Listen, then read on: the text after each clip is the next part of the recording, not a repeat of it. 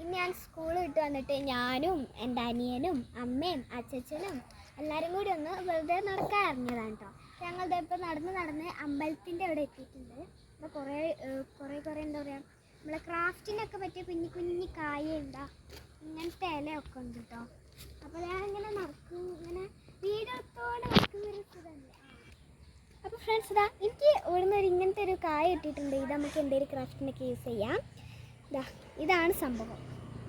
Friends, ഇതാണ് ഞങ്ങളെ പാടം. നല്ല പച്ചപ്പ് പിടിച്ച് പന്തലിച്ച് നിൽക്കുകയാണ്. നല്ല ഭംഗിയുണ്ട് കാണാൻ. എൻ്റെ അച്ഛനാണ് കേട്ടോ നടന്നു പോകുന്നത്. ഇത് തോടാണേ. തോട് അമ്മ പറഞ്ഞു കേട്ടോ, ഫോൺ വെള്ളത്തിലിടില്ലേ. ഞാൻ ഇടില്ല. ഇവിടെ ഇപ്പോൾ മഴക്കാലമായിട്ട് ഏകദേശം മീനൊക്കെ വന്ന് തുടങ്ങി കേട്ടോ. കണ്ടോ, നല്ല ക്ലിയറാണ്. അത് മാത്രമല്ല നല്ല പച്ച പൊടിച്ച് നിൽക്കുന്നുണ്ട്. ഈ പൂവൊക്കെ കണ്ടോ, എന്ത് രസമല്ലേ കാണാൻ. വേണമെങ്കിൽ നമുക്ക് എടുക്കാം, പക്ഷെ ഇപ്പം എടുക്കണ്ട, അമ്മ വരണട്ടെ. എന്തോ ഇത് അമ്മയെ വാവയാതെ പോണ്, അച്ഛൻ അതൊക്കെ എന്താ നല്ല രസം കേട്ടോ ഇവിടെ കാണാൻ.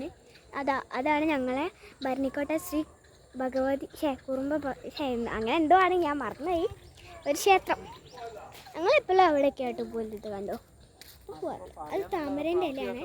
ആ മിന്നൊക്കെ കുഞ്ഞു മീനാണ് കേട്ടോ. അതിൽ കുഞ്ഞു മീനൊക്കെ ഉണ്ട്. കുഞ്ഞു മീനാണ് കേട്ടോ അതിലുള്ളത്.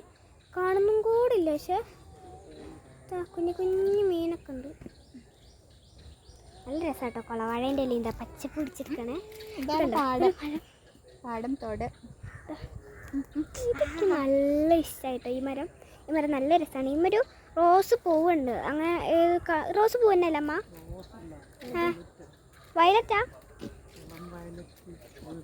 കടും വയലറ്റാണ്.